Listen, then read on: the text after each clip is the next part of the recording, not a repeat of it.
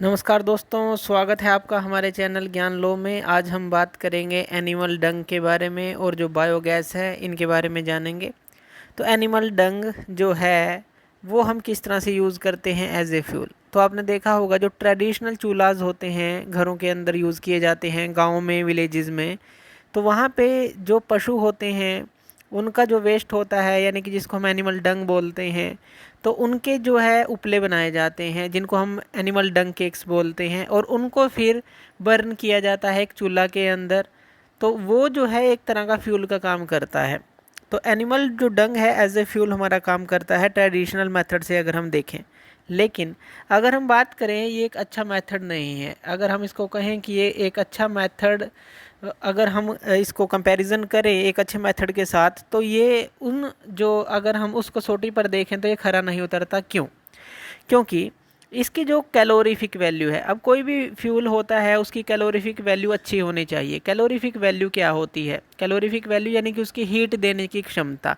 जब आप उसको बर्न करते हैं तो हाई होनी चाहिए, लेकिन इसकी कैलोरीफिक वैल्यू जो है काफ़ी कम होती है। तो पहला तो यही पॉइंट है। दूसरा, इससे जो है काफ़ी मात्रा में स्मोक पैदा होता है, स्मोक प्रोड्यूस होता है, जिससे क्या होता है, इससे अस्थमा की बीमारी हो सकती है, सांस से रिलेटेड प्रॉब्लम हो सकती है, और एयर पोल्यूशन भी इससे होता है। तो लॉट ऑफ स्मोक इससे प्रोड्यूस होता है।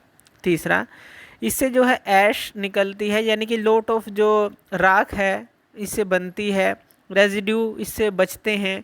तो ये तीनों चीज़ें जो हैं इसको एक अच्छा फ्यूल नहीं बनाती। लेकिन साइंटिस्ट जो हैं लगातार डेवलप कर रहे हैं बेटर मेथड, ताकि एनिमल डंग को यूज़ किया जा सके एज ए बेटर फ्यूल। उसके अंदर अच्छी करेक्टरिस्टिक्स डाली जा सकें, उसको हम अच्छी तरह से यूज़ किया कर सकें। तो उसके अंदर आता है बायोगैस, जिसको आप गोबर गैस भी बोलते हैं, क्योंकि ये गोबर से जनरेट होती है। या बायोगैस, क्योंकि बायोमास का इसके अंदर यूज़ किया जाता है। जैसे हमने बात की एनिमल डंग का यूज़ कर लिया, या फिर जो प्लांट के वेस्ट हैं, जो हमारे क्रॉप के रेसिड्यू होते हैं, फसलों के जो वेस्ट होते हैं, इस तरह की चीज़ें जो हमने इसके अंदर यूज़ करनी है। बायोगैस जो है हमारी, ये किस तरह से बनती है? ये हमारी बनती है एनारोबिक डिग्रेडेशन से। एनारोबिक डिग्रेडेशन अब क्या होता है? एनाएरोबिक एक तरह के जो बैक्टीरिया होते हैं, ये जो बैक्टीरिया होते हैं ये काम करते हैं ऑक्सीजन के अब्जेंस में, यानी कि इनको ऑक्सीजन नहीं चाहिए, तो उसकी एब्जेंस में ये काम करते हैं। अगर ऑक्सीजन इनको मिल जाती है तो ये इवन डाई भी हो सकते हैं, मर सकते हैं। तो इसलिए एनारोबिक डिग्रेडेशन जो है एब्जेंस ऑफ ऑक्सीजन ये होता है, यानी कि ऑक्सीजन प्रेजेंट नहीं होनी चाहिए। तो वहाँ पे ये बैक्टीरिया उत्पन्न होता है और अपना काम करता है। और ये क्या करता है? बायोमास को जो है उसका डिग्रेडेशन करता है। और उसको जो है बायोमास हमारा क्या है? एनिमल डंग ले लें, सीवेज ले लें, क्रॉप का रेजिड्यू ले लें, वेस्ट जो एग्रो बेस्ड है, एग्रीकल्चर जो बेस्ड है, वो सारा वेस्ट जो है वो बायोमास कहलाता है। अब ये जो वेस्ट होता है ये एनाएरोबिक डिग्रेडेशन के द्वारा इसको गैस के अंदर चेंज किया जाता है, जिसको हम बायोगैस बोलते हैं।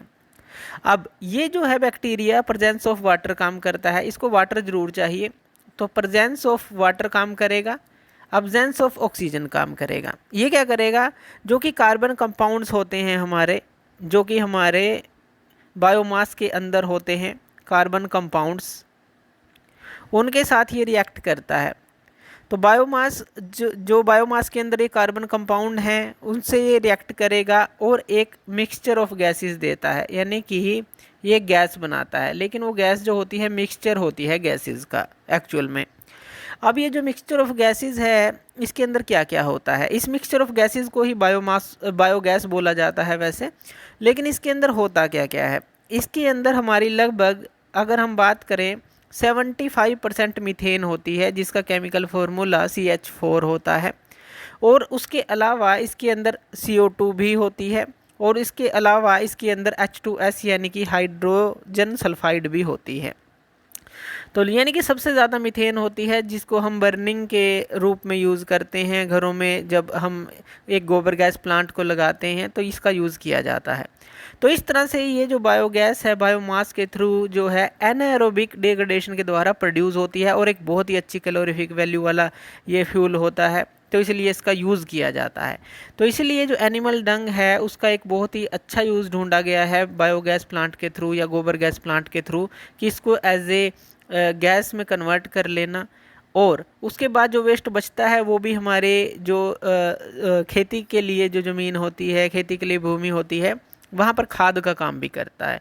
तो काफ़ी अच्छा ये विकल्प ढूंढा गया है साइंटिस्ट के द्वारा। तो ये था हमारा एक एनिमल डंग और बायोगैस के बारे में जो हमने समझा। इसके बाद हम बायोगैस प्लांट्स के बारे में बात करेंगे। बायोगैस प्लांट जो होता है वो क्या होता है, किस तरह से एक बेसिक उसका समझेंगे, काम वो कैसे करता है। तो थैंक यू वीडियो देखने के लिए, और इसी तरह की वीडियोज़ के लिए आप हमारे चैनल ज्ञान लो पे हमें सब्सक्राइब कर सकते हैं। धन्यवाद।